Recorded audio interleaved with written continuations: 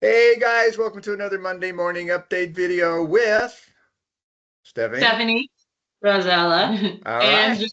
and Nice to see you guys. How's it going in cold Spokane in the middle of wintertime? you hit it on the head. It is freezing. It was Literally like so, I'm it was sure. 19 degrees this morning on my way here, and I was You hit 19? in the sunshine in my car, just loving it.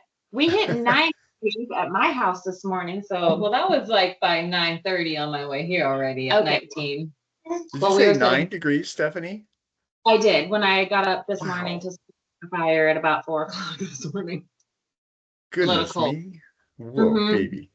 All right. Well, so much for the weather forecast and reports for Spokane. How I know we're on the funny. historical journey of the city, ladies. So what are we going to talk about today?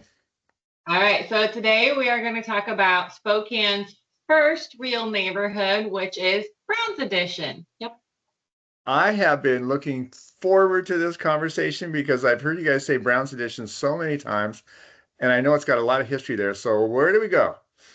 I want to just start off too with where we go is the actual location of where's Brown's Addition located. Where is it? So if Perfect. you come down off of Sunset Hill, which is that beautiful view that you will forever miss if you ever leave the area. When you come back and you come down on I-90, it's all of Spokane. So once you get to that bottom of that hill, then you're going to be off of the freeway just right next to the river. Just north side of the Okay. freeway and all the way to the Spokane River. Yep. Okay. So between the freeway and the Spokane River at the bottom of Sunset Hill. Yes. Basically, yeah. And So how far? What's that? I was going to say one focal point that is in the center of Brown's Addition is Coeur d'Alene Park, which hosts a lot Oh, of like annual events. So if anyone's familiar with Coeur d'Alene Park is at in Spokane, that's basically right in the center of Brown's Addition. Not to be okay. confused with Coeur d'Alene Lake in Idaho. This is Coeur d'Alene Park, Washington, just so you know. Yeah, you don't want to get those two confused. That's a good point. It's not Riverfront Park either. Is Riverfront Park part of Brown's Edition? No, No, that's a little too far that's over. in downtown Spokane. All So right, Brown's got it. take you like to the Monroe Street Bridge, a little bit south, and then over to basically that bluff that looks over what's called Latah Valley, which is also Latah Creek Plain is known as well Mhm. around Right. here.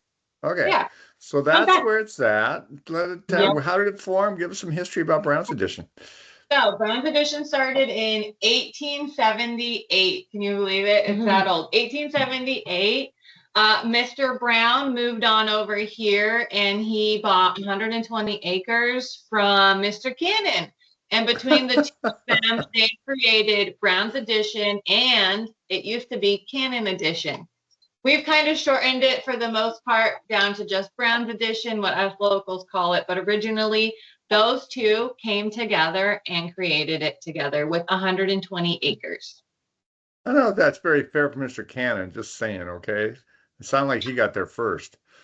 Well, he did, but he sold the land. So I do believe he made some money off of it if I Okay. had to.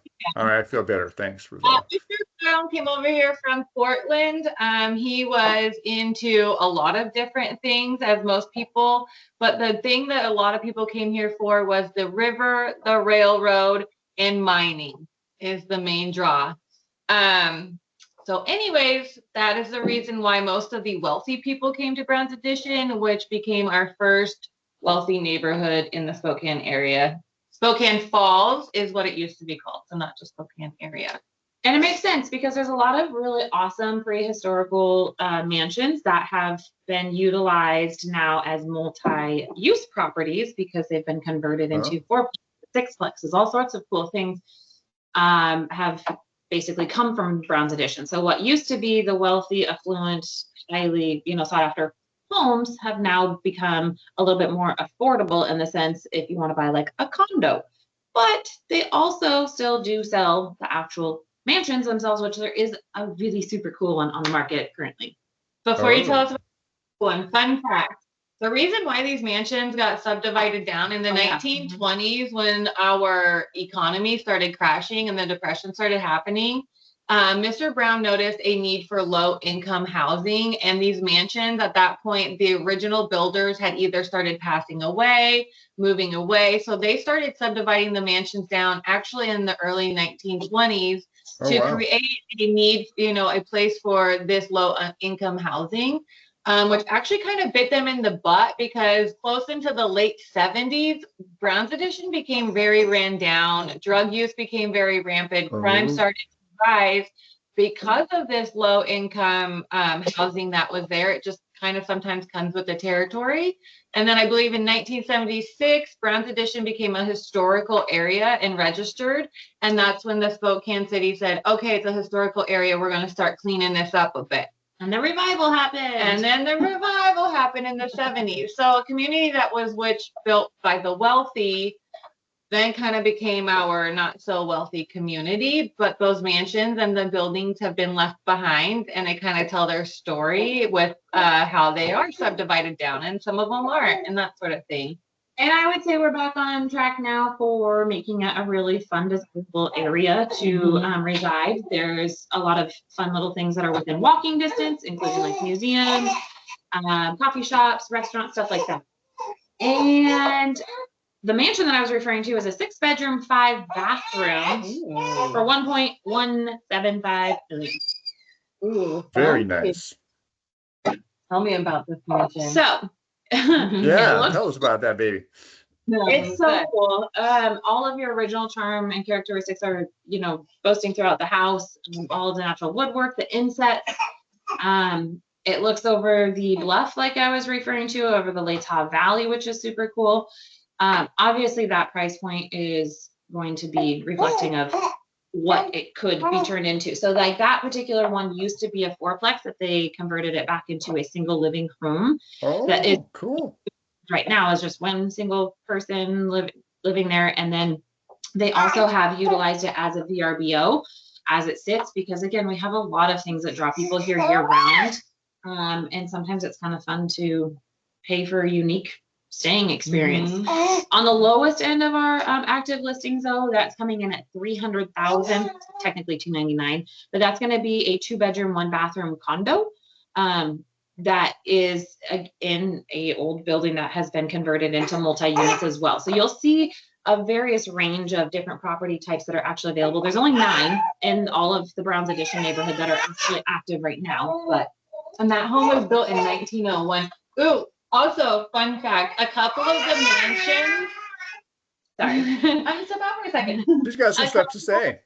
Mansions, like the historic ones that are well known, the Campbell House, the Reed House, and then we have like the James Clark Museum.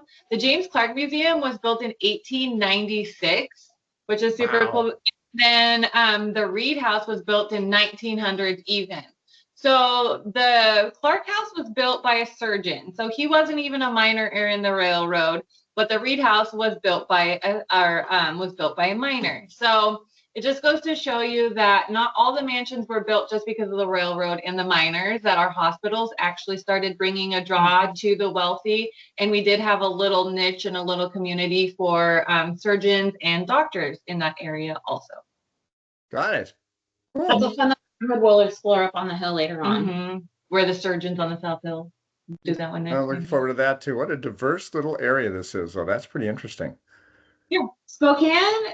I mean, I know that there's history in all of the places like that you can go buy real estate and invest in all the things, but I really truly think if you're someone who's looking to start investing in real estate, look at the history of where you're investing, because history often tends to repeat itself, as we know. And so why not take a little sneak peek back at what people did to see what you might be able to do or redo in the future, honestly. Yeah, turn one of those 4-plexes back into a big, beautiful mansion if you want. Yeah, that's cool. I'm literally going to send this one to some of my clients because they were just telling me that they really just want a really killer view. And this one wasn't on my radar, and now it is. So I'm going to send this to them. It's pretty cool, actually. Well, I'm glad we were here to help you with that, with our conversation, Stephanie. That works out. For sure. All right. Any closing thoughts today about Brown's Addition or the market, or anything else you want to wrap it up with? Come and visit it if you've never seen it. It's a really cool, fun little piece of history. You got to go to the Mac Museum, Yeah. which is in Brown's Addition. It's been there since 1916. She taught me about that one at school. Yep. So that's a museum of arts and culture. And then we also have the Campbell House, which is right there close to the Mac Museum. The Campbell House, they've turned into a museum. And so you can go through room by room. They've kept it historic. And that home was also owned by someone that came from the railroad, like when that was built in the 1800s. So going through and just seeing the setting of how people used to live and all of that is pretty cool.